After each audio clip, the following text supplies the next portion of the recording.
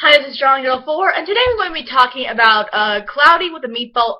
No, sorry, with Cloudy with a Chance of Meatballs 2. Now you must be wondering, why am I talking about this certain movie? Well, the reason is that when I started this channel up, like when what the heck, Max? Max? Oh. Anyways, what happened is that when I, got back in this account, I actually wanted to do more reviews, specifically of movies and other stuff in media. And since I actually watched Cloudy with the Meatballs 2, I wanted to talk about it. Now, here's the thing. When this movie came out in the theaters, I was not able to see it due to the fact that I was so busy. And it's not that I didn't want to, I didn't have this time, I never had the time to, that's the reason why I wasn't able to, see so many movies throughout my life, because I just didn't have the time to. And yeah, that's why I never saw it. That wasn't until Netflix, and I thought, oh, I might as well see it, and I saw it, and what did I think of the movie? It was okay. I liked it. And was the movie what the first one deserved? Well, personally, I thought the first one was better, but I still think the sequel was good. I still think the sequel covered a lot of the characters. And the thing that I like about the sequel is that while other movie sequels are really lazy, and they'll basically take the same story and rehash it, or do something stupid like the whole Disney sequels will have basically have the exact same movie as the first one, only with her kids, or stupid stuff like that. No, none of that happened. It was a completely new story, a new movie. Now, spoilers for any of you who have not seen the movie. If you want to watch it on Netflix now. And now I'm going to spoil everything. Now, when I first saw the movie, at first they basically explained everything what happened in the first movie. Now, the reason why I like this is because not only does it's like a good explanation. Now, the reason why I like this is because not only is it a good explanation, for newcomers who are watching the second one, but has not seen the first movie. It's a good explanation, so the people who have not seen the first movie but are watching the second one will still be all caught up and know what's going on and won't be confused, unlike other movies. And the thing that I like the most about it is that they have Flint Lockwood tell it, but they tell it in a way that is still interesting to the viewer, whether you've seen the first one or whether you haven't seen the second one. It just still feels interesting, and the entire thing still is very colorful, nice, and interesting. It doesn't make you groan. Oh, I already see this. I already know. Just skip to it. No, it doesn't make you feel like that. It still makes you interested, even though you already saw the first movie. My brother. Even though you already saw the first movie. That's the one thing I really like. And another thing that I really like, Chester freaking V. Oh my god, the minute I saw this character, I adored his character design. I just loved it. I love seeing him on screen. I love the character design entirely, and I just love seeing him in animation. I just loved everything about him. I especially liked his voice. I liked his voice. And to be perfectly honest, to be perfectly honest, as much as I like the movie, there is one bad side about it. The minute I saw this movie, I pretty much predicted the entire plot in my head. Well, not the entire plot, of course. Of course, the movie still surprised me with a few things I didn't expect. But the whole, oh, this is gonna be the whole, our hero, when he was a little kid, he looked up to this other guy who was his hero.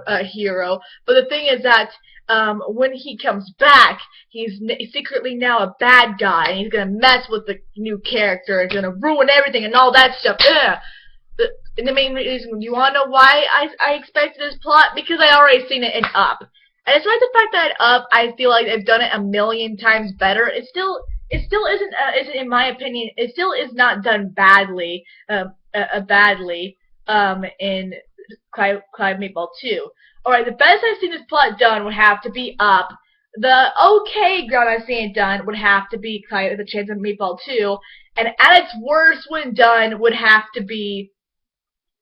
Actually, no, I haven't seen a movie like that, but hopefully, anyways, and the thing is that, and despite the fact that I pretty much knew the plot, the movie still somewhat surprised me, and the fact is that, despite the fact that I knew that was going to happen, the movie did make me feel bored, unlike another movie, Despicable Me 2. That's right, Despicable Me fans. I hated Despicable Me too. Go ahead, get a gun and shoot me in the head right now. It's just that I love the first one so much better. The first one was great. The first one had good plot scenes. No matter how many times I watch it, I didn't expect was going to happen. The second one, I knew everything that was going to happen when it started. Although, forget that movie. A movie. It's kind of Chance of Meatballs 2 we're talking about here. Alright, anyways, so unlike Despicable Me 2, Clouds and Meatballs did the plot somewhat better. And despite the fact that, like I said a million times before, I expected what was going to happen, it still made me feel entertained. And it was still entertaining to see Chester be there. Because I liked him. I enjoy seeing him on screen. I especially enjoy seeing Flint Lockwood on screen. Flint Lockwood is a fun character. I love Flint Lockwood. And he's still the same Flint Lockwood we all know and love from the first movie, which is especially what I like about him. And another thing. Now, you must be wondering, what's the plot of the movie? Well, the movie begins with, recapping the first movie and introducing Chester V, a scientist who Flint Lockwood pretty much idolizes. I'm going back to the whole, just like the whole idolized hero plot thing that I was talking about earlier. And eventually what happened is that it talks about him and how Flint Lockwood was inspired to be a scientist, and how eventually all the events of the first movie happen, and then boom, then the movie starts. And then once it starts, it shows everybody on the food island again, with tons and tons of food, and they're all talking about what they're going to do next in life. That isn't that bit of a surprising thing. I mean, with all the crazy stuff that happened, I expect that's where they would go next. And that is, interrupted when Chester V comes. And when Chester V comes, he's all like, hey guys, me and my buddies are going to work on here, so you guys are going to go to, like, a different area so me and my buddies can work here. And they're like, okay, but what about, the whole lab thing? And then Chester V's like, oh, it's okay. And by the way, Flint Lockwood, if you come with me, then you're going to be like a whole cool new scientist, and I'm going to train you and stuff. And Flint Lockwood's like, oh my gosh, I'm going to be a scientist! And then Flint Lockwood and all the guys go, and the thing is that when they leave, Flint Lockwood. Oh, and by the way, Flint Lockwood has not Flint Lockwood. And by the way, Chester V has a little hologram thing of himself to communicate with the guys. I found that very interesting and cool to see. That was good. I like that. So, anyways, they all go. Flint Lockwood, the guys go, and then Chester V's with Barb, I think. No, Barb doesn't come later to the movie. So Chester V's there, and then he's talking about I want the machine, and he basically talks about how he wants the machine, from the first movie, that made the food in the first place. And then it gives the audience impression, ooh, he's a bad guy. But then again, I can't really, be too mean for them using that plot, considering the fact I think the movie pretty much knew it was using that plot. And heck, they even right up told us what was going to happen, but it wasn't a bad way. I still enjoyed it either way. So anyways, what happens is that they're at the science thing, and Flint Lockwood's working. He's doing all this stuff with science, a science lab thing, and then we're introduced to Barb. Okay, I found Barb's character freaking hilarious for this reason. And if you Gravity Falls fans are out there watching this, you're probably going to get a kick out of this movie for one reason. Barb has the exact same voice as Mabel from Gravity Falls. But it's pretty interesting, Barb switches voice. At one point she sounds like Mabel, and other points in the movie she sounds like, a completely different character. It switches back and forth. And, I found that a funny little quirk to her. Did it bother me that she sounded like Mabel? Yeah, it did a little bit, but it didn't bother me nearly as much as, say, Ashley Ball, having Blythe sound like Rainbow Dash, or, having Ashley Ball have Pinky sound like Rainbow Dash. That really bothered me, but no, here it didn't bother me at all. And anyways, Barb talks to Flint and introduces him to science lab. Flint works there, and he keeps working on a cool new science thing, and he experiments some stuff and all that cool jizz and that. And then eventually, he gets his own little invention, which he was going to introduce to Chester V. and his invention is a party cannon thing. No, not Pinkie Pie's powder cannon, but like a similar to that. One that one that goes crazy whenever you test it for parties and stuff.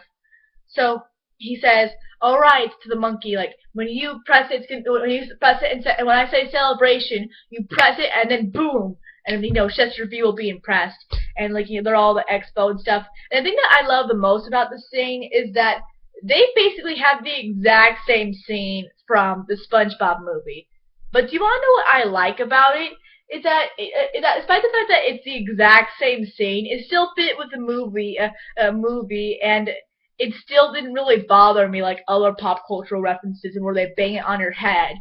Was it pretty much ripped off from SpongeBob? Yes, but I laughed at it because of that. Like, okay, here's what happens. So Chester B is all like, okay, the new science expo guy is, and then Flintlock was like, oh, and then that guy, and like it shows this like other guy, and he's won because he made like some other random invention, and then like Flintlock was like really disappointed, and then like what happens is that Flintlock would goes home and like he's actually really sad.